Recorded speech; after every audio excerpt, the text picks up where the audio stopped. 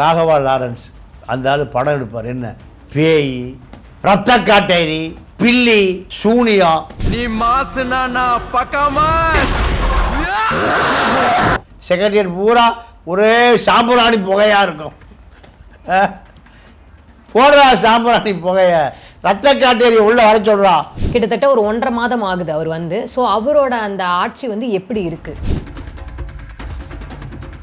ஆட்சிக்கு அவர் வருவார் என்று நாம் நினைப்பதை விட அவரே நினைக்கல. இருந்தாலும் மக்கள் திராவிட இயக்கங்களை முடித்து வைத்து விட வேண்டும். 75 ஆண்டு காலம் தமிழ்நாட்டினுடைய பீடை சனியன் திராவிட இயக்கம். வேட்பாளர் யாரும் தெரியல, சாதி எந்த வேட்பாளரும் தெரியல. பணம் கொடுத்தா வாங்கி வச்சுட்டு விசில் பட்டனையும் உடச்சி விட்டான். இந்த வெற்றி விஜய்க்கு கொடுத்த வெற்றி அல்ல. திராவிட இயக்கங்களை நீங்க ஆணிவேரையே அழித்து விட வேண்டும், அமிலத்தை ஊற்றி. மக்களுடைய ஆசை அவர் நிறைவேற்றணுமா இல்லையா? 1 மாத காலம் முடிந்து 1.5 மாத காலம் முடிந்து அதற்கான எந்த சமிக்கைகளுமே தெரியல. முதலமைச்சர் விஜய் ஆட்சிக்கு வந்த பிறகு அந்த சினிமா தரமாக தான் இருக்கே தவிர ஒரு 100 வண்டி கான்வாய் போகுது. தேவையா?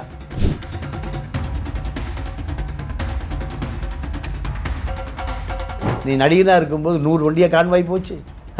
அப்போ போலித்தனம், எல்லாம் போலித்தனம். தமிழ் படித்தா பிச்சை தான் எடுக்கணும், பிச்சைக்காரன் தான் தமிழ் படிக்கணும். நான் சொல்லலை, இந்தியாவுடைய நிதியமைச்சர் நிர்மலா சீதாராமன் என்ற மயிலாப்பூர் பார்ப்பன பெண் அந்த அம்மா சொல்லுது. தமிழ் படித்தது பிச்சை எடுப்பதை தவிர வேற உயிர் வாழ ஒன்றுக்கும் பயன்படவில்லை என்பதோடு. அப்ப அந்த தமிழை மரியவில்சன் படிப்பாரா? படிக்கல. இருந்தாலும் தமிழ் படிக்கிறார். வெள்ளை எரிக்கை என்றால் என்ன? திமுக காரன் ஏமாத்துறத போல இந்த தாவேகா காரன் ஏமாத்துறான். மேன்மேட் டிசாஸ்டர் தான் இந்த நிலைமைக்கு உள்ள காரணம். 25 கோடி ரூபாயை பையிலே போட்டுக்கொண்டு எம்எல்ஏ இருக்காரா? எம்எல்ஏ 25 கோடி. இப்படி 5 அமைச்சர்களும் உதயநிதி என்ன பண்ணுவே ஆட்சிய கலை. இவருக்கு வாழ்நாள் பூரா களைப்பது தான் இவர்களுக்கு வேலையே. சோமா செட்டில் இந்த டவுசர் பாய்ஸுகள், தாரா நயன் வீட்டில், அப்போ பாபு பாத்திமா வீட்டில் களைப்பது தாண்டா வாழ்க்கையை. திமுக ஆட்சியை கலைப்பதற்கு அலையுது, தாவேகா ஆட்சியை காப்பாற்றுவதற்கு அலையுது. இதுதான் வெள்ளை அறிக்கை. காவல்துறையில் எந்த நடவடிக்கையும் இல்லை, எந்த நடவடிக்கையும் இல்லை. கஞ்சா விற்கிறவன் வித்துட்டு தான் இருக்கான், கள்ளச்சாராயம் விற்கிறான், விபச்சாரம் நடக்குது, மண்ணு கடத்துறான், மழையை காணோம்.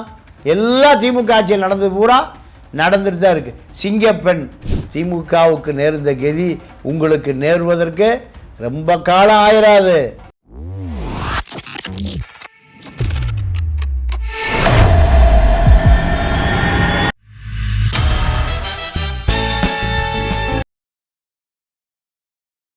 நேயர்கள் அனைவருக்கும் வணக்கம். நான் உங்க தீப்தி. பொதுவாக அரசியல்னாலே எல்லாருக்குமே ஒரு கண்ணோட்டம், ஒரு கருத்து வேறுபாடுகள் நிறையவே இருக்கும். ஸோ இன்னைக்கு நம்ம அப்படி ஒருத்தரை சந்திச்சு தான் அவரோட கருத்து என்ன அப்படின்றது தெரிஞ்சுக்க போகிறோம். அவர் வேற யாரும் இல்லை, மூத்த பத்திரிகையாளர் தமிழா பாண்டியன் அவர்கள் தான். வணக்கம். வணக்கம்மா. எப்படி இருக்கீங்க? நல்லா இருக்கேன்.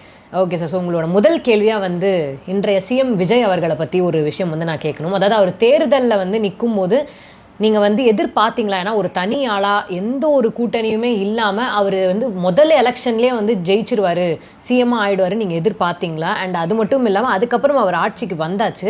கிட்டத்தட்ட ஒரு 1.5 மாதம் ஆகுது அவர் வந்து. ஸோ அவரோட அந்த ஆட்சி வந்து எப்படி இருக்குது? இல்லை, அவர் ஆட்சிக்கு அவர் வருவார் என்று நாம் நினைப்பதை விட அவரே நினைக்கல.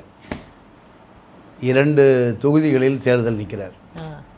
திருச்சி கிழக்கு, சென்னை பெரம்பூரில் 2 தொகுதியில் நிற்கிற பொழுதே அந்த நம்பிக்கை அவருக்கே இல்லை என்பது தான் நமக்கு தெளிவாகிறது. இருந்தாலும் மக்கள் திராவிட இயக்கங்களை ஒரு முடித்து வைத்து விட வேண்டும். 75 ஆண்டு காலம் தமிழ்நாட்டினுடைய பீடை சனியன் திராவிட இயக்கம். மக்கள் கருத்தா, என்னுடைய கருத்து இல்லை. அப்போ மக்கள் வேட்பாளர் யாரும் தெரியல, சாதி எந்த வேட்பாளரும் தெரியல. பணம் கொடுத்தா வாங்கி வச்சுட்டு விசில் பட்டனையே உடச்சி விட்டான். உடச்சி நீங்கள் வர்றவங்க வேறு எந்த பட்டனுக்கும் சின்ன தேய்மானம் கூட இல்லை. ஆனால் விசில் சின்னத்திற்கு அந்த பட்டனே உடஞ்சி 2-3 போச்சு. அப்பவும் மக்கள் விடாமல் அமுத்துறான். இப்படி ஒரு பெரு வெற்றியை கொடுத்தார்கள். இந்த வெற்றி விஜய்க்கு கொடுத்த வெற்றி அல்ல. திராவிட இயக்கங்களை நீங்கள் ஆணிவேரையே அழித்து விட வேண்டும். அமிலத்தை ஊற்றி நுண்ணுயிர் கூட இருக்கக்கூடாது. அது எந்த மரம் பட்டே போகணும். எந்த காலத்திலும் அது துளித்து விடக்கூடாது. இதுதான் 35% மக்களுடைய மிகப்பெரிய ஆசை. அது நிறைவேறிச்சு. சரி, நிறைவேற்றிய பிறகு மக்களுடைய ஆசை அவர் நிறைவேற்றணுமா இல்லையா? 1 மாத காலம் முடிந்து 1.5 மாத காலம் முடிந்து அதற்கான எந்த சமிக்கைகளுமே தெரியல. திமுக ஸ்டாலினோடு சமரசம் செய்ய போனதை மக்கள் ரசிக்கலை. ஸ்டாலினோடு சமரசம் செய்து கொள்ளுவதை மக்கள் ரசிக்கலை. எம்ஜிஆர் கட்சி ஆரம்பித்து தீய சக்தி கருணாநிதி, ஜெயலலிதா கட்சி ஆரம்பித்து தீய சக்தி கருணாநிதி. இதுதான் தமிழ்நாட்டு அரசியல். கொள்கை கோட்பாடு, சித்தாந்தம், வேதாந்தம், மார்க்ஸு, ஏங்கல்ஸு, லெனினு, அம்பேத்கர், பெரியார் இதெல்லாம் இங்கே கிடையாது. என்ன ஜெயலலிதா ஒரு அறிக்கைனா கருணாநிதி மறு அறிக்கை, கருணாநிதி ஒரு அறிக்கைனா மறு அறிக்கை ஜெயலலிதா. எம்ஜிஆர் அதே தான். கருணாநிதி வடக்கேனா எம்ஜிஆர் தெற்க. இதுதான் தமிழ்நாட்டில் 75 ஆண்டு கால அரசியல். கொள்கை கோட்பாடுகளை யாருக்குமே தெரியாது. அஞ்சலை அம்மாவுக்கு மனோரமாவுக்கு வித்தியாசமே தெரியாது. இப்படித்தான் தமிழ்நாட்டு அரசியல். இப்போது இதை சரியாக உள்வாங்காத முதலமைச்சர் விஜய் ஆட்சிக்கு வந்த பிறகு அந்த சினிமா தரமாக தான் இருக்கே தவிர ஒரு 100 வண்டி கான்வாய் போகுது. தேவையா? நீ நடிகனாக இருக்கும்போது 100 வண்டியை கான்வாய் போச்சு. அப்போ போலித்தனம், எல்லாம் போலித்தனம். நேற்று வெள்ளை அறிக்கை, மரிய வில்சன் இங்கிலீஷ் இன்டர்நேஷ்னல் ஸ்கூலில் படித்தவர். அவங்க தாத்தா சைக்கிள் ரிக்ஷாவில் சாராயம் விற்றவர் ஜேபிஆர். தாத்தா ஜேபிஆர் சைக்கிளில் சாராயம் விற்றவர், சைக்கிள் ரிக்ஷா ஓட்டிட்டு. பேரை தமிழ்நாட்டுடைய ஃபைனான்ஸ் மினிஸ்டர். தமிழ் உச்சரிக்கவே தெரியல. அவர் இன்டர்நேஷ்னல் ஸ்கூலில் எப்படி தமிழ் சொல்லிக் கொடுப்பான்? தமிழ் படித்தா பிச்சை தான் எடுக்கணும், பிச்சைக்காரன் தான் தமிழ் படிக்கணும். நான் சொல்லலை.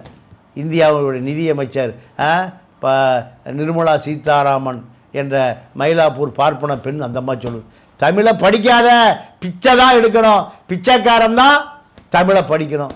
அப்போ அந்த தமிழை மரிய வில்சன் படிப்பாரா? படிக்கலை. இருந்தாலும் தமிழ் படிக்கிறார். எதில்?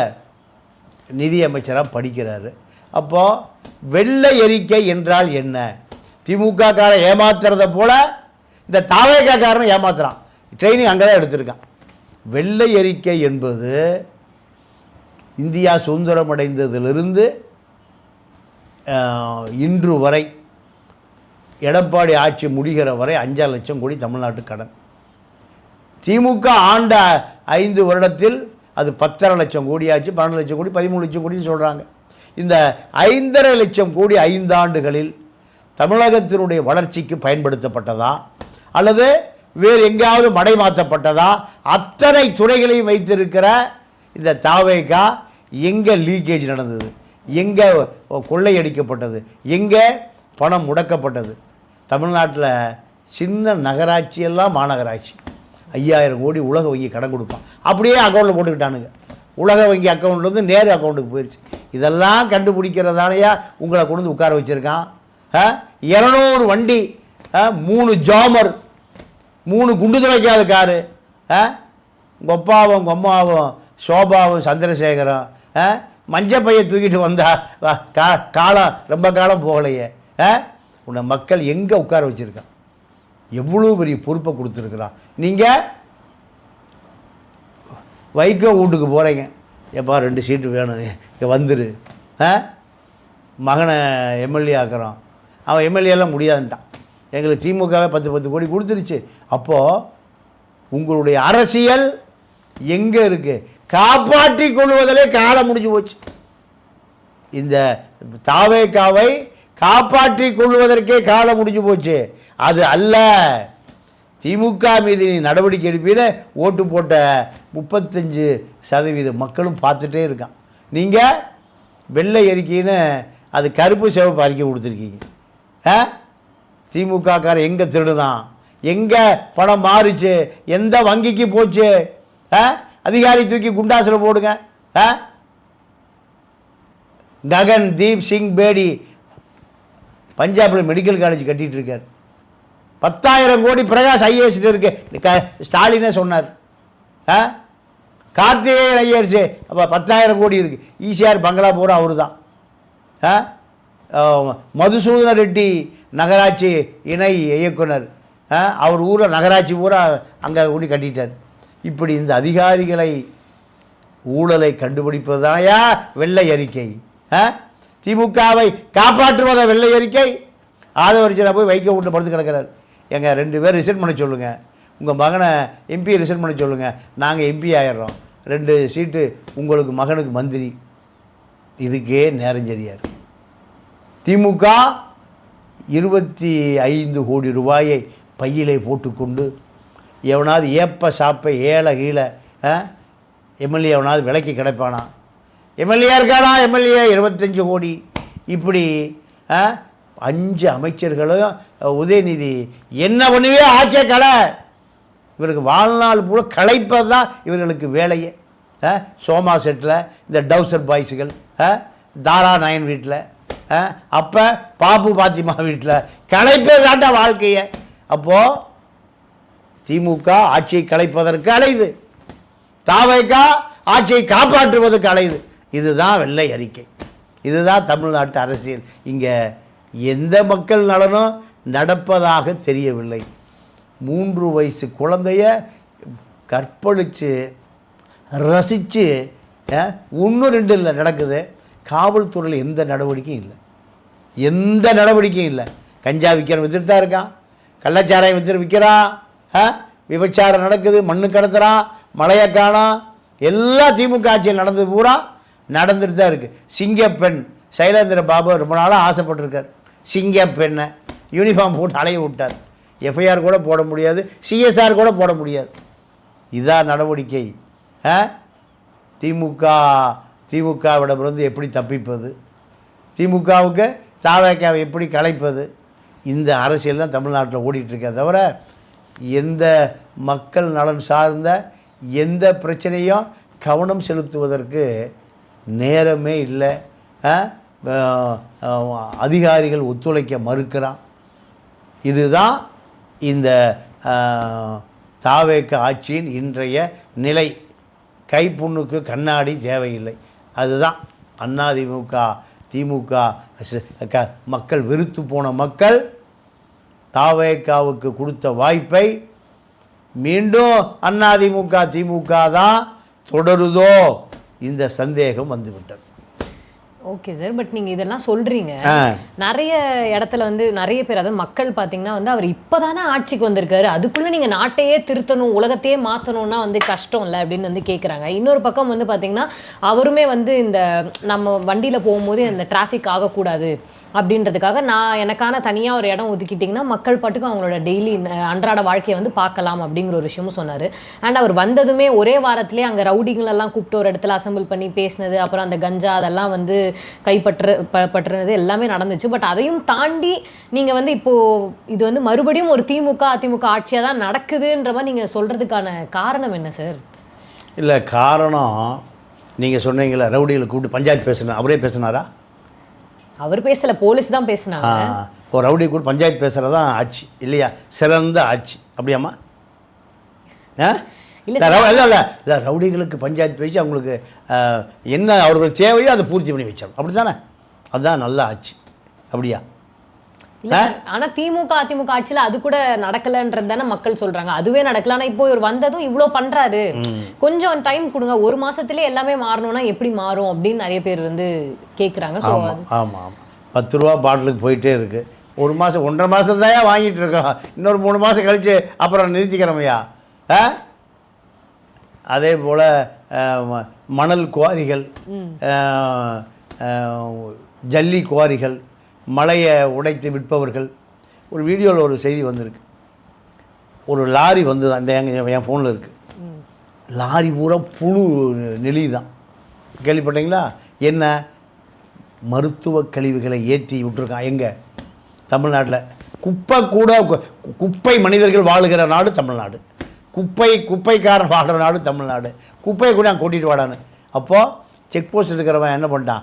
அவனுக்கு 5000 கொடுத்தா சரி, எதை வேணால் விட்டுருவான். நீங்கள் விஜயபாஸ்கரை சேர்த்துறது தான் உங்களுக்கு நேரம் இருக்குது.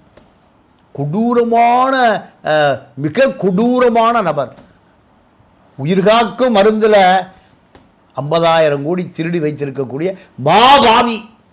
இந்த மாபாவியை பட்டுக்கம்பளம் விரித்து வர வைக்கிறீங்கன்னா திமுகவுக்கு நேர்ந்த கதி உங்களுக்கு நேர்வதற்கு ரொம்ப காலம் ஆயிராது, ரொம்ப காலம் ஆகிவிடாது. இவர்களெல்லாம் உலகத்திலேயே புறக்கணிக்கப்பட வேண்டிய மனிதர்கள் இந்த விஜயபாஸ்கர்லாம். காத்து கிடந்து அவரை கூட்டு, எனக்கு தெரிஞ்ச அவர் பல கோடிகள் உங்களுக்கு லஞ்சம் கொடுத்துருக்கார் தாவேக்காவுக்கு, பல கோடிகள். அவன் கடைசியாக அந்தாலும் அப்படி தான் பண்ணுவார். அப்போ அவர் 500 கோடி தர என்னை சேர்த்திங்க. திமுகவில் செந்தில் பாலாஜி சேர்ந்ததுக்கு 300 கோடி ரூபா கொடுத்து சேர்ந்தார். ராஜகண்ணப்பன் சேர்வதற்கு 300 கோடி ரூபா கொடுத்தா திமுகவில் சேர்ந்தார். இதுதான் அவங்க ஸ்டைல். திருடி வைத்து சசிகலாட்ட சேரணும்னா 500 கோடி கொடுக்கணும், 1000 கோடி கொடுக்கணும். இதே ஸ்டைல் இப்போ எங்கே வந்திருக்கு? தாவேக்காட்ட வந்துருச்சு. யார் இந்த செங்கோட்டையன்? ஜெயலலிதாவுடைய டார்ச். அந்த டார்ச்சு 2 வருஷம் சிறையில் கிடந்தது. 2 வருஷம் சிறையில் கிடந்தது. அவர் தொகுதியே கோடம்பாக்கம் தான். அங்கே நின்னா ஜெயிச்சிருவார். அங்கே நின்னா துணை நடிகர்கள்லாம் ஓட்டு போட ஜெயிக்க வச்சிருவாங்க. அவ்வளோ நெருக்கமானவர் இந்த நபர் தான். உங்களுக்கு இந்த விஜயபாஸ்கரை மைதா மாவா மருந்தா விற்றவன். ஸ்டாலினி ஆஸ்பத்திரியில் இருக்கிற மருந்தெல்லாம் அந்த மருத்துவர்கள் மனித குப்பை ஒதுக்கி போட்டான். போலி மருந்து எல்லாம். அந்த நபரை நீங்கள் அதாவது கல்வியை விற்றவனும் மருந்தை விற்றவனும் வாழ்நாளில் மீண்டும் அமைச்சராக வந்தாலே வரலாறே இல்லை.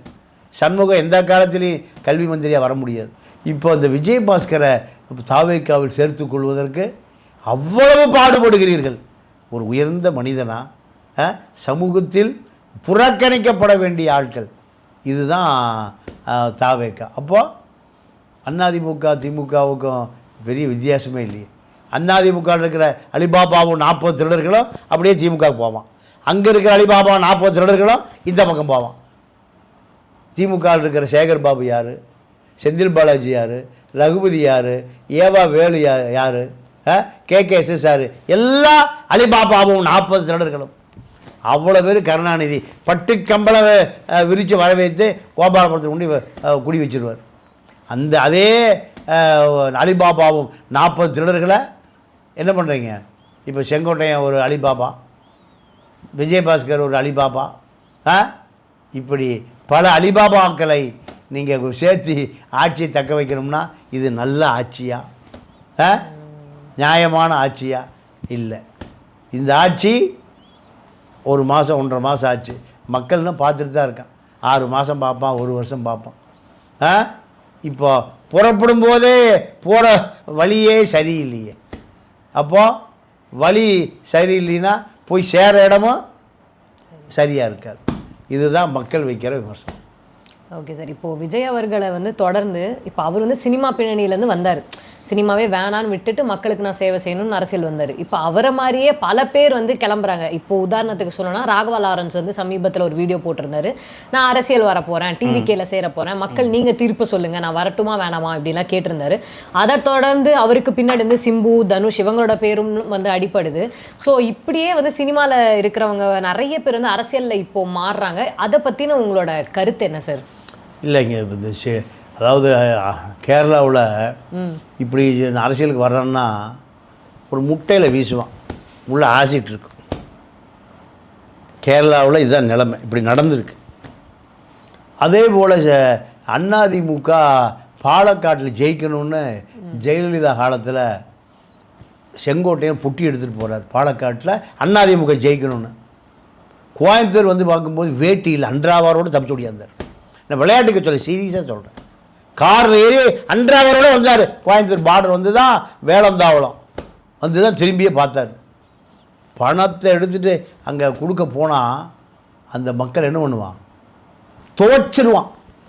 இங்கே பணம் கொடுக்காம போனால் துவைச்சிருவான். ஆனால் இப்போ இது மாறி இருக்கு. பணத்தையும் வாங்கிட்டு ஓட்டு போட்டிருக்கான். இந்த கோடம்பாக்கம் களிசடைகள் பூரா சொந்த வாழ்க்கையில் ஒரு பையனுக்கு ஒழுக்கம் இருக்காது. இமான் பொண்டாட்டியை சிவகார்த்தியை தள்ளிட்டு போயிட்டான்னு பஞ்சாயத்து வரும்.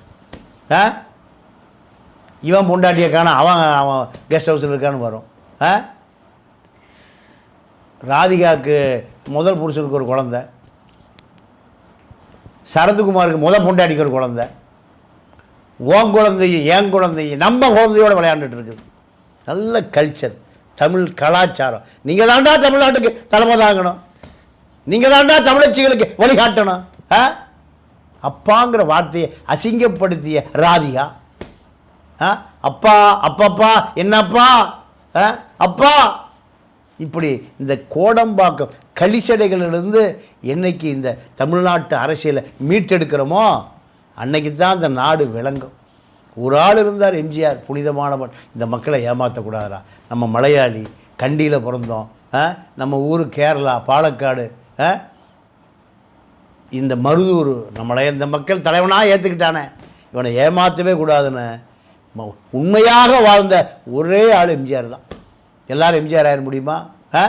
சங்கீதா கோர்ட்டில் போய் இப்போ செங்கல்பட்டு கோர்ட்டில் நிற்கிது அந்த அம்மா, 2 பிள்ளையோடு நிற்கிது. பொண்டாட்டியே வாழ வைக்க முடியல, பிள்ளைய வாழ வைக்க முடியல, இவர் முதலமைச்சரான மக்கள் கேட்குறான். இந்த பக்கம் போனால் விஜயலட்சுமி இப்போ வலசபாக்கம் போலீஸ் ஸ்டேஷனில் பஞ்சாயத்து பண்ணிவிட்டு அவன் கூட்டிகிட்டு நிற்கிது அந்த அம்மா. எனக்கு எடுத்து விட்டான், ஈழத்தில் யுத்தம் நடக்கிற பொழுது நான் 6 முறை கற்பத்தை கலைச்சிட்டேன். இப்போ தொண்டை பூரா கேட்குறான், கட்சி வேலை செய்ய சொல்லி இப்போ அண்ணனுக்கு பெண் குழந்தை பிறந்திருக்கு. கட்சி வேலையா அரசியல் வேலையா ஆக மொத்தம் இப்படி தான் கோடம்பாக்கம் இருக்குது. இதில் அடுத்து எல்லாம் முதலமைச்சர், ராமராஜன் முதலமைச்சர், விஷால் ரெட்டி முதலமைச்சர், எல்லாம் திருப்பி படுத்துட்டானுங்க, மறுபடியும் எல்லாம் கிளம்பிட்டானுங்க விஜய் வந்த பிறகு. இதெல்லாம் சாத்தியமே படாது, இதெல்லாம் சாத்தியமே படாது. விஜயை வந்து முதலமைச்சர் ஆக்கியது திராவிட இயக்கத்தின் எதிர்ப்பு, யாராவது கிடைப்பானான்னு மக்கள் தேடினான். இப்போ இல்லை, 40 வருஷமாக தேடுறோம். திமுகவை ஒழிப்பதற்கு எம்ஜிஆரை மக்கள் தான் கண்டுபிடிச்சான். எம்ஜிஆருக்கு பிறகு மக்கள் தான் ஜெயலலிதாவை கண்டுபிடிச்சான். யாரை ஒழிக்கிறதுக்கு? கருணாநிதியை ஒழிக்கிறதுக்கு. ஜெயலலிதாவுக்கு பின்னாடி கோபாலசாமியை கண்டுபிடிச்சான். யாரை ஒழிக்கிறதுக்கு? கருணாநிதி ஒழிக்கிறதுக்கு. எங்கே இருக்கிற ஆள் கருணாநிதிட்டு இருந்த ஆள் கருணாநிதியை ஒழிக்கிறதுக்கு வைகோவை கண்டுபிடிச்சான் இல்லையா? இப்படித்தான் சீமான், திருமா, இப்படி பல தலைவர்களை திமுக தான் உருவாக்குச்சு. இப்போ திமுக தான் விஜயை உருவாக்கியிருக்கு.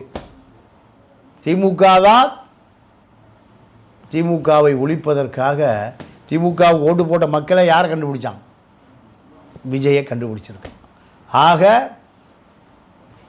இனி நிறைய விஜய், ராகவா லாரன்ஸ் அந்த ஆள் படம் எடுப்பார். என்ன பேய், ரத்த காட்டேரி, பில்லி, சூனியம், குழந்தைகள நான் வீல் வீல்னு கத்தோம்.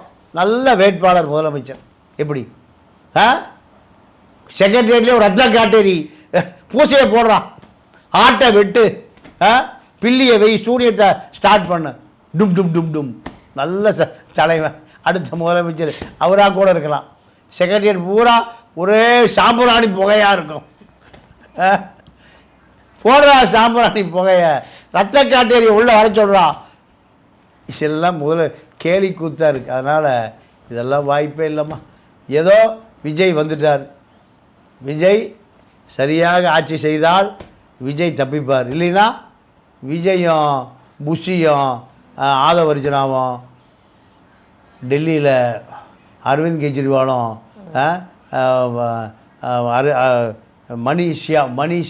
மணிஷியாம் ஜெயிலே கிடந்தாங்க. எங்கே? ஜிகார் ஜெயிலில். அந்த ஜிகார் ஜெயிலை ஞாபகம் வச்சுக்கிட்டு இந்த மக்களுக்கு ஏதாவது செய்ய வேண்டும் என்பதுதான் மக்களுடைய விருப்பம்.